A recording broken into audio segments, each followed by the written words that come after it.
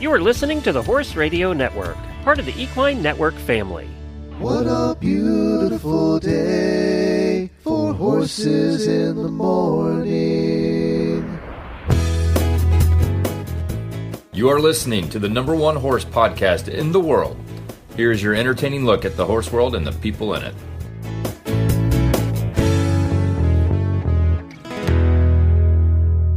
I am Coach Jen from Ocala, Florida.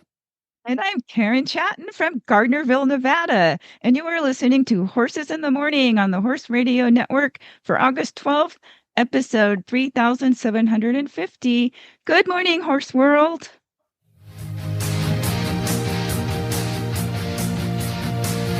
When your start time's on Saturday and your finish time's on Sunday, and it doesn't get much better than best conditioned, and completing the challenge is the challenge, you're an endurance rider. Welcome back, Karen. Good morning. Good to be back. Good to be back. It sounds like you've got all 3 horses back home now. Is that right? I have 2 horses back home. Oh, wait a minute. Didn't I switched. Oh. I got the little gray horse back, and I missed him, and then I sent my youngster for just some riding training. Got it. So for newbies, introduce your 3 different horses. I have 3 horses. I have VG Ben Jovi, who was named after a rock star, and he thinks he is one. And he's done a couple of years of endurance now. Actually, this is his 3rd ride season, and he's doing really well. And then I have St. Croix, who's a little gray Arabian, who's only 14 hands, and I'm bringing him along. We call him Saint. And then I've got another VG Midnight Cowboy, which is the same breeding that Jovi has, and we call him Cowboy. He just turned 6. And he's just also he's not as far along as Saint. Saint has already been able to go out on the trail and be ridden. Cowboy has been led and walked out on the trail and ridden in an arena. So he's a little bit further behind, but we're getting him brought along too. So hopefully by next season, I'll have more than 1 horse that'll be ready to start out doing some LDs or 50s. Oh boy, oh boy, oh boy, oh boy. I know. So for starting with all these, because even though Jovi's not young, Jovi was reasonably green when you got him. Reasonably. Uh-huh. You know, he didn't have a lot of life experience yet. No. What has been the biggest surprise when it came to basically having to start afresh with these new horses between the 3 of them? What was the thing that you went, dang, didn't see that coming? Because it had been like over 20 years since I had really started a horse, and you forget how much work it entails.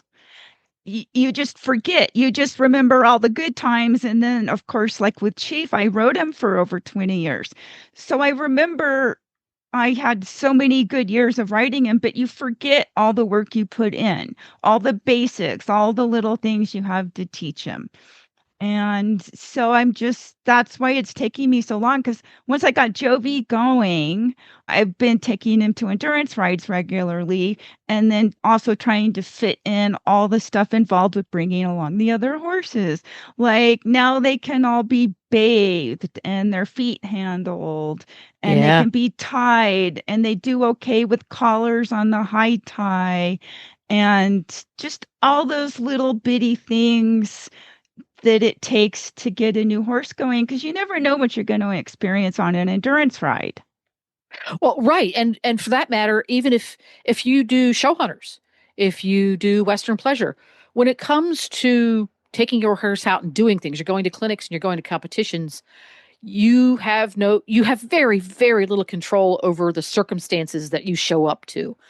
So it is smart to do as much work as you can where you can control multiple factors. I'm going to use the word desensitization because I hate to use it because it's overused, but take those small steps towards getting them used to things so that when you show up at the showgrounds and by golly, right next door to the horse trailer parking lot, they're doing construction and there's giant chunks of machinery, that your horse doesn't lose his marbles because, well, you took the time to get him used to the local tractors and tractor trailers and stuff like that. So regardless of your discipline, taking your green horse, whether it's a young green horse or a adult horse who just hasn't had a lot of life experience yet, it's really smart, and it's going to make your life more pleasant and a lot safer to do all that stuff. For me, with James, who again, very limited life experience in big VERY letters, just something as simple as getting fly spray on him. He would stand still for him if you walked him up and made him stand against a wall, because then he couldn't go anywhere. He'd stand there. It's like, that's not ideal. We need to figure out the fly spray thing. What's the big surprise for me is I forgot how many times you have to repeat the skill and how frequently before it gets to the point, it's like, oh, it's fly spray. If I don't put fly spray on him for 2.5 days, he forgot a little bit. Exactly. That just hits me in the head again and again and again, because like you, I had Nigel for 10 years, and he wasn't exactly green when I got him. He was green from the point of view of he didn't know how to bend and go on the bit and things like that, but he knew all the basics. He had gone through race training, so he had all those things, and that has chipped away a little bit at my ego. Yes, there's and then even just taking them for a walk through the neighborhood, I've learned that I need to do it on a windy day. Like, Karen wants to be inside when the weather's bad now. Well, no, you have to take the horses out and let them see the yard art that spins and the flags that flap and the noise that things make.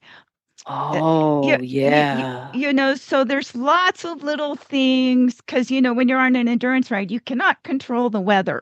And so you can't control which dogs get loose. You can't control who's using the trail that shouldn't be there. Yeah. Mm-hmm. Yeah. Or if there's a lot of the kids now have electric bikes and they don't know about approaching horses carefully, and they'll go zooming right by you. And if there's any wind or breeze at all between that and the horse's footsteps, you can't hear them coming. Yeah. Or that's even true. A regular bicycle. That's true.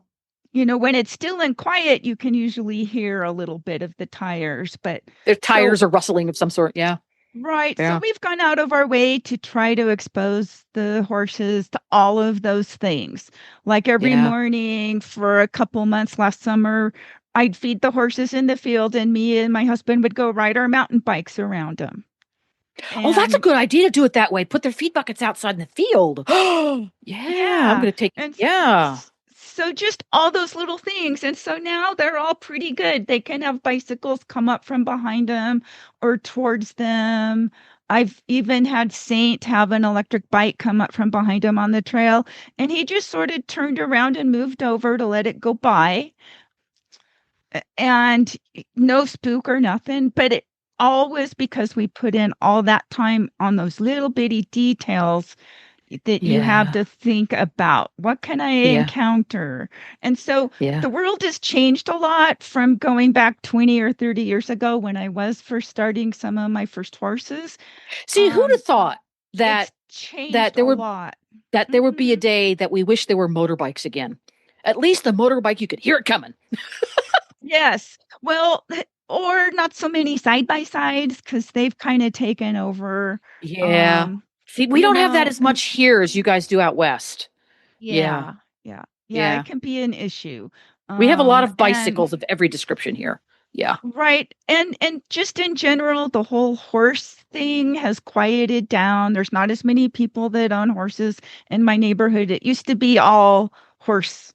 It's all horse properties. But now everybody they have a the horses have aged out. They don't have a horse. So now we have to put out extra effort and try a little harder to get our new horses accustomed to dealing with everything, because not only have things changed, but the people have changed. They're not as patient anymore. They're not as understanding. Like if you ask somebody to slow down or stop for a young horse, they'll shout at you, "You need to train your horse." Well, that's what I'm trying to do. Let me have some patience, please. Yeah, I think so many people don't understand that just driving a car fast past the horse loses his marbles. That's not training the horse. That's actually untraining the horse. I know. Exactly. Well, and I live down, there's a road just around the corner from me that goes to the local dump. So we will often have trucks or cars pulling trailers with metal trash cans and things that rattle and bang and clink, passing my horses. So that's also something they need to get used to. And so I really appreciate when those people do slow down, but a lot of them they're not conscious of the fact that they're pulling a trailer and everything's bouncing and clunking and clinking, or maybe even dragging. So we just, we go out and we purposely try to do as much as we can to get the horses so they are safe. Yeah. Yeah, it's been an adventure. It has been an adventure. And speaking of adventures, as I say every time I get to co-host with Karen, endurance riders have the best adventures. Tell us about your adventures when we need to catch up since last month. Well, gosh, I've been riding. I've now got 2 horses to ride, so we've been doing that. I wanted to give a shout out to the Horse Radio Network team. We have auditors team of virtual Tevis riders who finished first in the team category on the virtual Tevis. Woohoo! Ding, ding, ding, ding, ding, ding, ding, ding, ding, ding, ding, ding, ding. I know everybody was getting on board with going out and getting their miles in, because that's right. Really close for a while with Stacy Westfall's team, and they had a lot more riders. So good job, guys. Yeah, we had a lot of really high mileage people, you being one of them. So that was exciting. And I joined the fun again this year just to motivate me. And I think I contributed just about an intro ride. Good. You tried. We tried. We did our best, Right. Yep. And we also have a Horse Radio Network, That Girl team, that's currently in first place in the Green Bean division in AERC. So good job. Wow. Great job, ladies. Yes. Good for them. That's great. I think we have a guy or two in there, don't we? I think we do. Well, great job, ladies and gents. That's right. We don't want to miss anybody. Everybody. Good job. Everybody. Great. The other exciting thing that happened on July 12th was the 69th running of the Tevis Cup 100-mile ride. It starts at Roby Park above Lake Tahoe, Nevada at 5:15. This year, 105 riders and horses lined up to make that start, and they had 24 hours to cross the finish line in Auburn, California. Phew. Yes. So do they cap the number of riders? Do you know? They do, but they're not getting anywhere near the number of entries they used to get. It used to be capped at, So 105 entries is way down over historical times. Yeah, I think that the cost of travel has really deterred a lot of people. Yeah. Yeah, that too. I'm sure it's a combination of, just a lot of things. We don't have as many rides in the West region. And I think that also kind of limits the number of people that can get really prepared and conditioned. And yeah, it would be hard to condition for the Tevis Cup in Florida. It didn't matter how many rides you did. You need to, with that kind of terrain, you need to condition on that terrain. That's true. Although Heather and Jeremy Reynolds came in first and second, and they live in Florida part of the year. Part of the year. I think that's key. Part of the year is the key. And so let's give them a shout out. They finished they gave Heather the win, even though Heather and Jeremy crossed the finish line holding hands in a ride time of 15 hours and 45 minutes, nearly 2 hours ahead of the next competitor. The winner of the Hagen Cup was John Perry riding a Real Diva. Oh, and Supersonic Zell was ridden by Heather and received first place. John Perry finished in 17 hours and 54 minutes. Wow. That's just bonkers. So trail wise and weather wise, was it it didn't seem to have a serious weather problem this time around. It was hot, but Tevis is always hot. So you kind of expect that. The completion rate was a little lower this year, could be any number of factors. The one cool thing, I know we like to promote all the breeds in the endurance, but for the most part, Arabians really excel at the sport of endurance. 43 of the 105 entries finished. The finish rate is normally like 40 to 50%. And out of those, 35 of the finishers were Arabians and 4 were part Arabians. So I might differentiate here for someone who might not be familiar with the granular level at which endurance racing happens. And I don't think I was really cognizant of it till I dived a little deeper before I started to try and compete. People might think that Arabians excel because Arabians can go fast and they're a very durable breed they're bred for that, to be durable. But during an endurance race, periodically every X miles, 15 miles, 20 miles during a race, either a 50 or 100 or whatever distance the race is, every X number of miles, the horse has to come in for a vet check, and the horse has to take a little break, and his pulse has to come down to a certain level, which indicates he's no longer stressed within a certain period of time. So it's all about how quick their body can recover.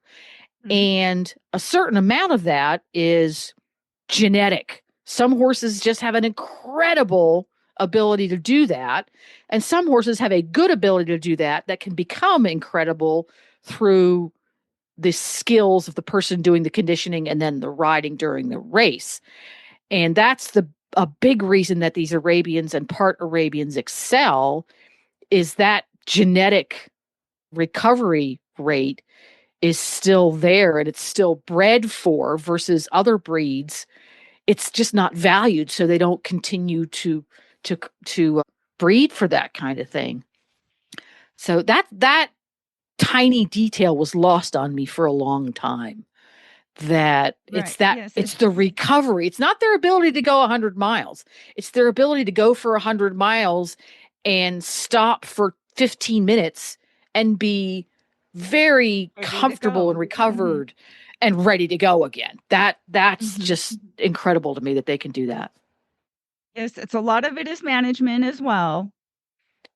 Well, yes, exactly. That's the skill of the rider and their team to take that horse who's been well conditioned, and you get to the vet checks and to give that horse his optimal opportunity to recondition. It's crazy. You read in the blog posts and the discussion forums about, oh, well, my horse recovers X percent faster if I do wash his face or I don't wash his face. The granular detail is amazing.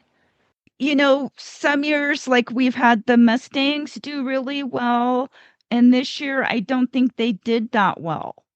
I think, what was there, two or three this year, or were there more than that? There was more than that. Oh, was there? I can kind of figure out the stats maybe later, but yeah, it's very interesting. It goes in cycles, I think, and until you really analyze the data over a period of years, you really don't know. I know overall, I think a horse with a really good body score, regardless of their breed, is going to be more likely to finish. Ooh, tell me what is a really good body score? Define. Probably a 5.5. I know Bo always went into Tevis with probably a 5.5 or a 6. And the vets would joke, well, when he gets to Auburn, he'll be at a 5. But you don't really want to start a ride under a 5 body score, especially 100. Interesting. See, that's so counterintuitive to me. Interesting. Mm-hmm. Because they said that because they're going for such a long time, they need to use those reserves. That's right. Light bulb moment. You know, and there's always anomalies. There's always a horse that, you know, that's outside of that range and does really well. But in general, they have done research in the past on Tevis, and you were definitely at a higher percentage chance to finish if you had a body score within that certain range. Interesting. How about that? Yeah. Something else we've learned over all these years of the sport is to take, better care of our horses just in general with our feed and how we condition them and train them and giving them rest in between competitions and understanding what stresses them out, like long trailer rides, and making sure they get plenty of rest. There's just a lot of stuff, that makes the sport, especially a ride like Tevis, very strategic. Well, guess what? The Arabian Horse Association is a proud sponsor of the Endurance Rider podcast. Woohoo! The Arabian horse was born in the desert, built for endurance, and proven on the trail.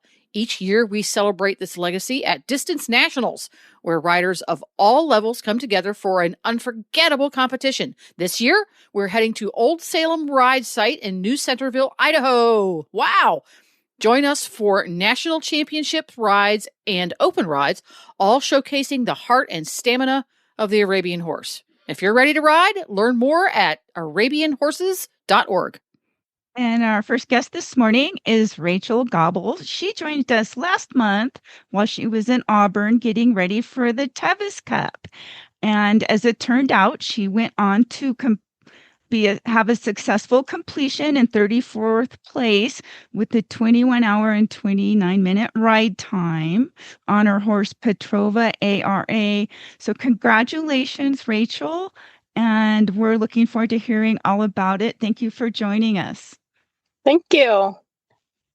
All right. So walk us through your overall experience with the Tevis Cup on July 12th.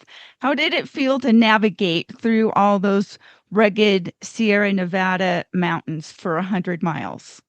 Oh, wow. Well, it's kind of hard to sum up quite such a journey in a brief sentence, but I would say the trail is really like unrelenting and really unforgiving with all the rock and the continuous ascending and descending. And I found the beginning really quite aggressive with so many horses and everyone jostling for a good position. And I mean, once we got out of the hold, we were flying along at 10 miles an hour, which I thought was way too fast for the start of a 100-mile ride. But I mean, there's so many horses there, you couldn't have slowed down if you wanted to because you would have been trampled. So, I mean, it was really quite an experience. I found it a little bit stressful at the start, but I was really glad that my horse stayed calm because usually she's quite uptight at the start of rides. But for some miraculous reason, when we were holding in pen 2 and waiting to go on the road, she just stood there totally quiet. I was like not even sure what horse I had that morning, but I was really grateful that she was so calm. And finally, things kind of started to spread out and people found their own pockets as we climbed up the Olympic Valley there. And then it got a little bit more controlled, I would say. But yeah, the start was crazy. Like I would never have gone that fast through terrain like that previously. But I came into Robinson Flat like 10 minutes to 11, which I know 11 o'clock was the suggested cutoff time. So in retrospect, I couldn't have really gone any slower. So that to me just blows me away how quick you actually have to go when you can, even in really rocky conditions. So yeah, it was incredible. So what were the toughest physical and mental challenges for you during the ride? Well, I had a bit of when I was driving down to the Tevis Cup, I'd actually gotten sick with bronchitis So I was on antibiotics the whole time. And even though in the morning when I started out, I was feeling pretty good, it did add an extra layer of challenge for me to not be feeling well and to have kind of a persistent cough. Like at that point, I'd already been coughing for 10 days. And in the first half, I was actually feeling pretty good. And I did the downhills of the canyons on foot. And it was actually pretty funny. At one point, I was going downhill on foot at, kind of a slow jog, and I felt so great. I was like, yeah, I'm gonna go all the way up Devil's Thumb on foot and save my horse. Well, I made it to the first switchback and aggravated my lungs, and I was like, nope, not happening. So I had to get back on, and poor Petrova, she had to just carry me up the whole way while I coughed. And then by the end of the day, I had totally lost my voice, and I was just feeling, I think everyone's tired at that point, but I was starting to feel like I'd really just had enough of this day already, at 3:00 in the morning. So I felt that was the biggest challenge, but otherwise there was so much excitement and the views were so beautiful. And I had such an awesome crew that was so supportive that like I never really had a low. Like the lowest point probably just would have been in the evening when I'm getting really fatigued and my horse is fatigued. And, it's taken a long time to finish off the last 20 miles. But even so, I would say that the terrain after leaving Forest Hill was probably some of my favorite miles, especially along the river. You look to your left and the cliff drops off and you can see the river lit up by the moonlight and hear it rushing below. And it was just absolutely like ethereal. Like it was so beautiful and definitely my favorite section of trail. So yeah, and we did Cougar Rock. That was really good. I didn't have any trouble with her with that. I was fortunate that another horse had just gone up in front, so Petrova clearly thought that was the way to go, and she can get a little impatient. So it was kind of funny to me while I waited for my turn to go up. She stood there pawing as if to say, "Let me at her," and I let her go, and then she just flew up it. So that was a non-issue, and it was over really fast. So yeah, it was all really cool. So Did you have any other unexpected obstacles like on the trail or with equipment? yeah, actually I did. Now that you mention it, I in the first coming into Robinson, my saddle was slipping over Petrova's neck. I had to get off twice and fix it, which I've never had happen before. I've never gone down descents that steep, and I mean they weren't even anything. Yeah, well, and even walking, like my saddle just was slipping, and I think part of the problem was I'd gotten it for her when she was a new horse. So, she's lost quite a bit of weight from being a pasture puff to, Tevis shape. So I think it might be a bit wide for her now, but I texted my crew kind of a panic message. I was like, need Crooper. And Brian went and talked to Kathy Perry, and she managed to borrow a Crooper from somebody. I still don't know whose Crooper I used that day, but I'm really grateful because it saved my saddle from falling off for the rest of the ride. So that worked out really well. What did you think about all the volunteers and support you had along the way? Oh, the volunteers were amazing. I was always so grateful to them. They were so incredibly helpful, and they always seemed to go the extra mile to see whatever they could do for you. It was really great and really uplifting too. Like I've done two 75s. I've done totally by myself as the only entry, and with no other riders and stuff. When you're riding all day, it can get kind of humdrum. And then when you come in and there's volunteers and people to help you, they're really optimistic. It can really brighten your spirits, so to speak, and make it feel a lot better. So, but I mean, obviously there's lots of riders on the Tevis Trail too. So with all the commotion and excitement and all the support, like I said, you never really felt like you had a low because there's just so much going on and so much energy. It was really cool. So. Well, looking back, what was the most rewarding part of completing the Tevis, and how did the challenges of the ride and the travel shape your perspective on endurance riding?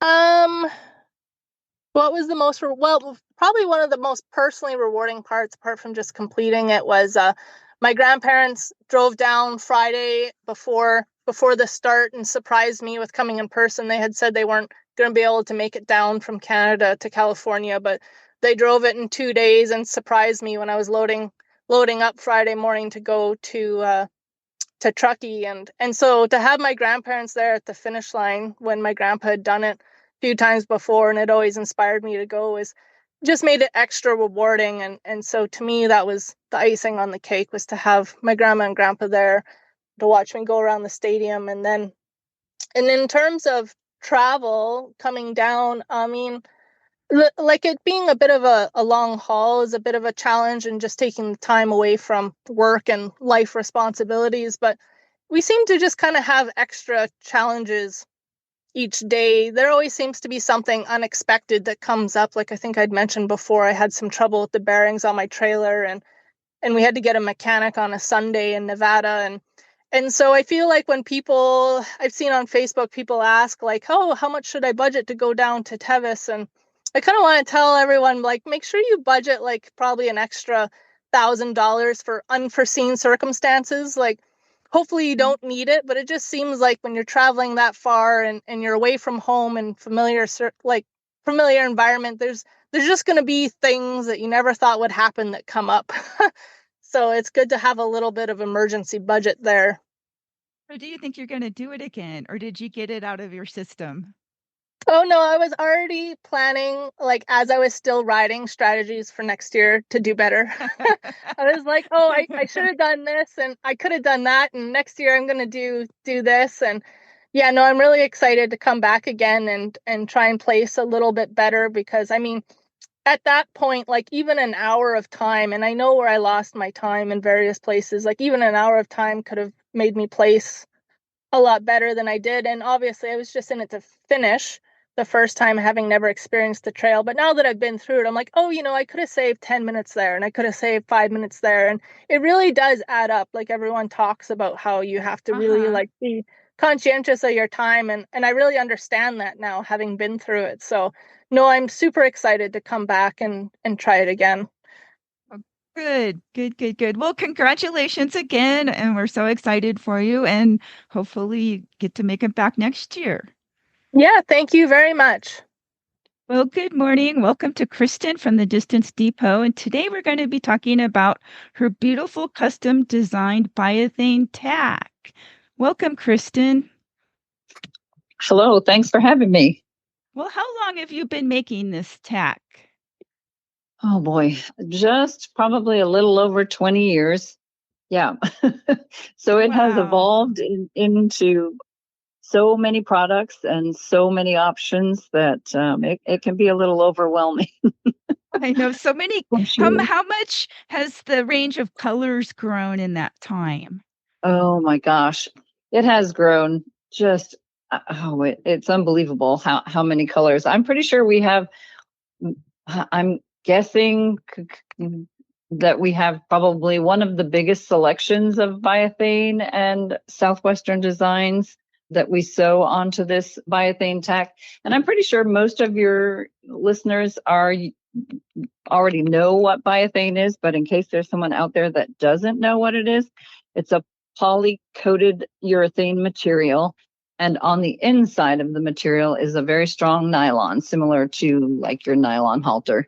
So it's very strong, as strong, if not maybe a little stronger than leather. It will break if if it comes down to when 1,000 pounds starts to pull on it, it will break at a hole or something like that. So that's sometimes a worry for folks, but it will break. Generally, it doesn't. Like I say, it's good and strong, super easy to clean. You can throw it in a bucket of soapy water and rinse it off, rub it with your hands, use a cloth, whatever, hang it up. And it looks like new, stays looking like new for years. We use stainless steel or solid brass hardware, so you can have your choice there. We have probably 31 matte finished beta biothane colors. And we use the beta biothane typically as the underlay color or the main color of your tack. And then you can choose, we have so many designs. We have 17 Southwestern designs. We have 21 of the shiny biothane colors. We have reflect colors and camo designs. So I think we're almost up to 90 different colors choices. So the color options are pretty much endless. It is all custom. So we do offer some color snippets or samples. So you can email us with your mailing address and request some color samples. We do have a color chart and sizing guidelines on the website. But honestly, taking a picture of these colors is so difficult to have them show up properly. It's best if you're unsure of the colors to ask for some samples. That way you can see them in person and know for sure which colors you're getting. So there's that. We have tons of grip colors for the reins because, of course, we make bridles, halter bridles, breast collars, reins of all different types, split reins and grippy reins, yacht reins. We have tons of products on the website. And then the accessories, there's just too many to name, but some of the accessories include stirrup cages, stirrup leathers, running martingales, and so on. So there's quite a bit. We do tell people, if you're unsure because it's overwhelming, just give us a call, and we're always happy to help walk you through the selections and differences in the styles of bridles, and because it's a lot. There's just a ton of tack on there. So always best to, if you have any questions at all, just call one of our customer service people, and they're happy to walk you through all of the options. How would they get in touch with you via your phone or your website?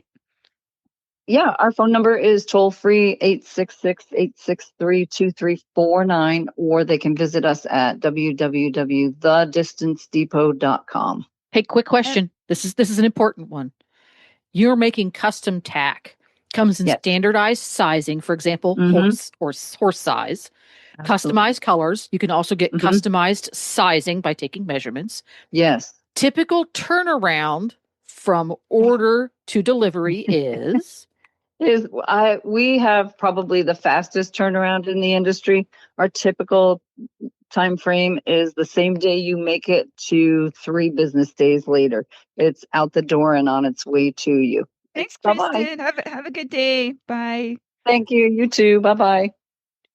Our next guests this morning are Maranda Bibb and Jenny Dart, who are co-ride managers of the Big South Fork Ride, which is held in the beautiful Big South Fork National River and Recreation Area, which straddles the Tennessee-Kentucky border in the Southeast region. So welcome, ladies. Thank you. Hi there. Hi. Okay, let's start with Maranda. Give us a little information on the ride, like what are the dates, and when is it coming up for 2025? And tell us about the distances involved. Okay, so the ride is always the weekend after Labor Day. So this year that falls on September 5th and 6th. We will be providing intro distances both days. Generally, we offer 2 different distances for that. And we will have traditional 25-30 LDs along with 50 and 55 endurance distances. And this year, we are hosting the 100-mile distance. We rotate every other year with Nancy Slice, who runs the Iron Mountain Ride. Okay. Jenny, tell us about what your base camp is like. Well, we are adjacent to the Bandy Creek campground, but we are past it. We have 2 open fields off a road. And so it's a primitive camping. We've got some porta potties. With the campground being like half a mile away at the most, that we have shower facilities there if people need them. We've got horse water in camp. Of course, the vetting area is right there. It's very centrally located, and the camp area is nice and quiet. It's easy to get to. And it's just a great atmosphere because it's really close. Everything is real contained together. The parking situation, the camping situation, it's all right there. And so it makes a great ride camp, we think. And it's in Tennessee? Yes, it is in Tennessee. And we are technically outside of Oneida, Tennessee. We are right on the Eastern time zone. So literally when riders are out on trail, your phone bounces back and forth between Central and Eastern time zone. But we run the ride camp in the Eastern time zone since that's where we are physically located. Hey, Miranda, I see you guys are sanctioned with more than one organization. Can you tell me about that? Yeah, sure. So this year we have sanctioned with SERA, which is our Southeast Endurance Regional group. And we also sanctioned with CEDRA, which is the Southeast Endurance Distance Rider Association. We had looked into sanctioning with another local group, and we will look into that again for next year. But that offers just an additional factor for some of the riders that are a part of these organizations for year-end awards and points and things. So that's what we do, of course, as well as with AERC. Okay, and do you still do a ride and tie there? We do. So we are... Ride and Tie kind of runs concurrently with us, and they also offer equathon distances.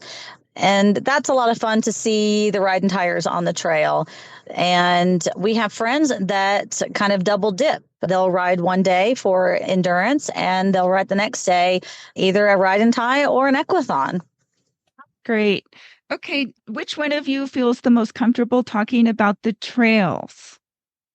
Probably Jenny. She's lived here longer. I'll pass you over. Okay. Oh, wow. Since we both live here now and we're quite partial to the trails, I guess since it's technically on the Cumberland Plateau, so really a lot of our trails are they're really more mountainous in terms of just what you're going to see, the difficulty.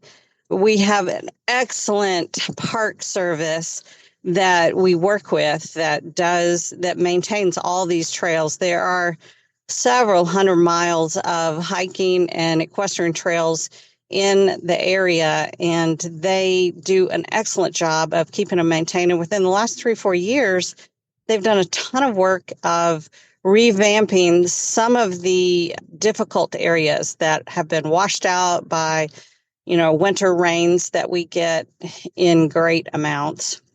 So they have been revamping a lot of the more popular trails.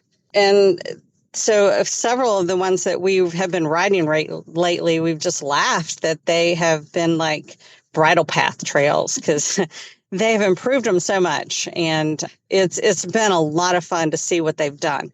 It rolls through the forest area mostly, so we have a lot of rolling trail, hilly, and then we've got a lot of elevation change too, but there's a ton of places that riders can really move out on, and then we have a lot of technical trail.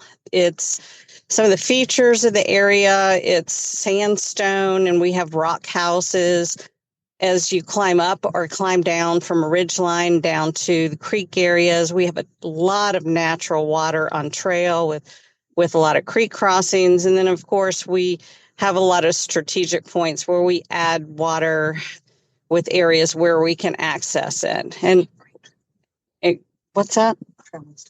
Oh, yes. We have a great trail master that designs our trails for us and has for the last she's done it for a number of years on and off, but now we've pulled her in permanently, and she does a fabulous job of designing the trails and getting them marked well. We've just had lots of really good feedback about that, and so that's been exciting. I don't know. I'm trying to think. Oh, new this year is that we've got a ham radio operator group that is coming in, and they're going to be at checkpoints throughout the ride through the distances, and it'll provide us real-time knowledge of where all the riders are at certain checkpoints. And so we've been wanting to add this in. We've seen it at a few of the rides in the Southeast and really like it as a rider. And for our ride, with some of the loops being fairly distant, we are excited that we can add this in as a safety feature as well. Hey, Miranda, one more question for you guys. How many years has this ride gone on, and how long have you two? So this is Ride our managers.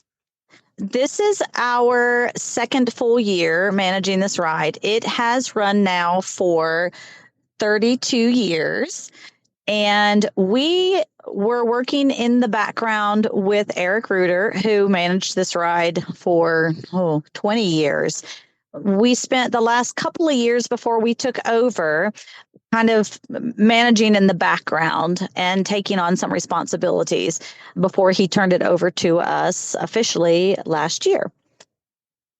Good. That's great. Thanks for doing that, you guys. I know it's a lot of work being ride managers. Yeah, it is. We do love it, though. It's part of the reason that I moved up this way as an endurance rider coming from Louisiana. We have very limited options for training and riding. So we made the decision to come this way. And Jenny was already here. So it just naturally fell that we offered with Eric to help him. And now we manage. So, Great. Well, do you guys have a website we can share? we actually do on Facebook, Big South Fork Endurance and Ride and Tie. It's visible, so anybody can find it.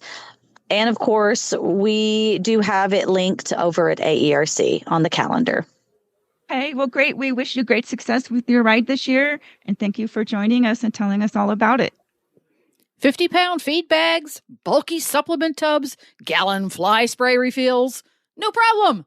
At Chewy, every order over $49 ships free, so you can stock up on all of your horse's favorites without heavy lifting.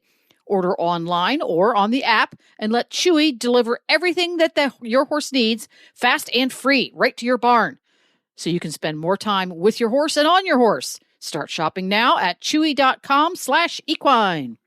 And Karen, where can we find out more about upcoming rides and all the lowdown from the American Endurance Ride Conference?